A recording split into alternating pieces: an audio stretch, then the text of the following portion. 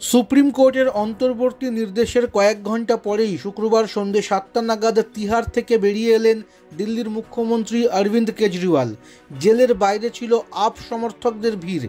দলনেতাকে ঝাঁটা উঁচিয়ে স্বাগত জানালেন আপ নেতাকর্মীরা। কেউ ছুড়লেন ফুল, বাজালেন ঢোল। তিহারের বাইরে উপস্থিত ছিলেন কেজরির স্ত্রী সুনীতা কেজরিওয়াল, দিল্লির মন্ত্রী অতিশী, সৌরভ ভরদ্বাজ। জেলের বাইরে হাজির হন পাঞ্জাবের মুখ্যমন্ত্রী ভগবন্ত মান।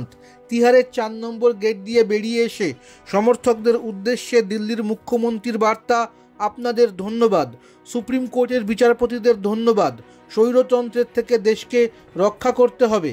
কেজরিওয়ালকে শুক্রবার অন্তর্বর্তী জামিন দিয়েছে supreme court.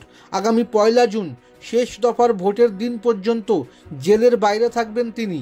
2রা June Tihar jail কর্তৃপক্ষের কাছে আত্মসমর্পণ করতে হবে তাকে। আপ প্রধানের জামিনের বিরোধিতা করেছিল ইডি। সেই প্রসঙ্গে সুপ্রিম কোর্টের ডিভিশন বেঞ্চের পর্যবেক্ষণ, 21 দিনে খুব বেশি কিছু ফারাক হবে না, তবে অন্তর্বর্তী জামিনের কিছু শর্তও রেখেছে শীর্ষ আদালত।